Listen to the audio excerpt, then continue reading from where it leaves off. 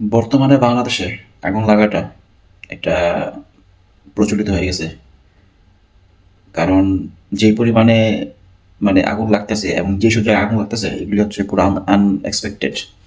এই সমস্ত জায়গায় আগুন লাগার কথা না, কারণ এগুলি এই সমস্ত জায়গায় আগুন মানে সরঞ্জাম, আগুন নেভানোর যে সরঞ্জাম থাকার কথা, এখন আছে কি নাই সেটা আমি বলতে পারবো না, কিন্তু থাকার কথা। এই সমস্ত জায়গা খুবই সেন্সিটিভ জায়গা।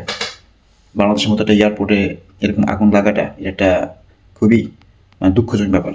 তবে আমার যেটা মনে হয়, এই আগুনগুলি এমনি এমনি লাগতেছে না, এগুলির পিছনে কোনো একটা বড় চক্র বা ষড়যন্ত্র এগুলি কাজ করতেছে। কারণ দেশের যে কোনো একটা ক্রান্তিকালে এই ধরনের একটা আগুন লাগাই দিয়া তারপরে মানুষের যে মুভমেন্ট আছে সেটা ঘুরাই দেওয়া, এটাই হচ্ছে এই পুরো ব্যাপারটা কিরকম। তা না হলে রিসেন্টলি একদম পরপর ৩টা জায়গার মধ্যে আগুন লাগছে, একদম খুবই ভালো ভালো জায়গায়।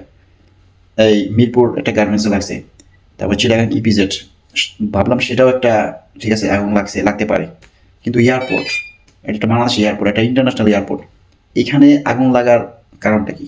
এখানে কি পর্যাপ্ত পরিমাণ কোনো আগুন নিবানোর কোনো সরঞ্জাম ছিল না, নাকি এগুলি যারা এখানে যারা দায়িত্বে আছে তারা এগুলিকে আলাদা করে নিছে? এত একটা সেন্সিটিভ জায়গার মধ্যে আগুন কীভাবে লাগে, এটা আমার প্রশ্ন।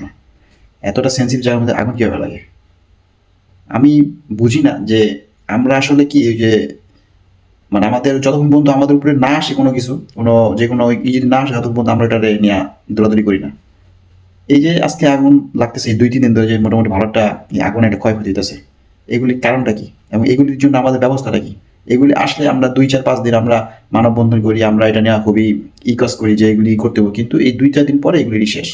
আর আমাদের এই আগুনের যে ফায়ার এক্সটেনশনে, তারপরে আমাদের ফায়ার যে সরঞ্জাম, এই জিনিসগুলো আমাদের দরকার, এগুলো আমরা তখন ভুলে যাই।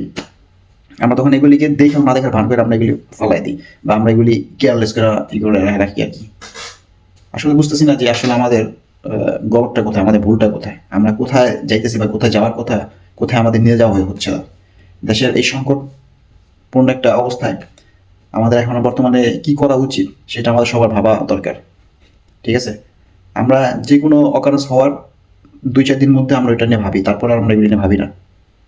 আমাদের অবস্থা এখন এমন হয়ে গেছে, যে কোনো ব্যাপার, আগুন লাগুক, কোনো একটা অ্যাক্সিডেন্ট হোক, কোনো একটা বাসে একটা অ্যাক্সিডেন্ট করুক, আমরা পরবর্তীতে এগুলি নিয়ে ভাবি না। আমরা জাস্ট আমাদের মতোই পরবর্তী ২-৪ দিন পরে যে আবার আগের মতো হয়ে যায়। তো এইগুলিতে আমাদের বের হইতে হবে। এগুলি আমাদের নিজস্ব মনে করেন যে অবকাঠামো আছে, এগুলিতে আমাদের দেখা দেখা কাজ করা আমাদের প্রয়োজন।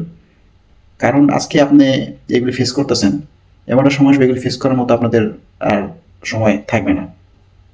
আমরা যত ডিজিটাল এত স্মার্ট, এত উন্নয়ন যে বলি, দেখি বা করি, এগুলি পরবর্তীতে কি ইম্প্যাক্ট আমাদের পড়তেছে?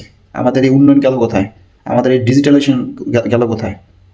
তো এইগুলি আমাদের নিয়ে ভাবতে হবে। এগুলি আমাদের এখানে আমাদের কোনো প্রকার ছাড় দেওয়া চলবে না।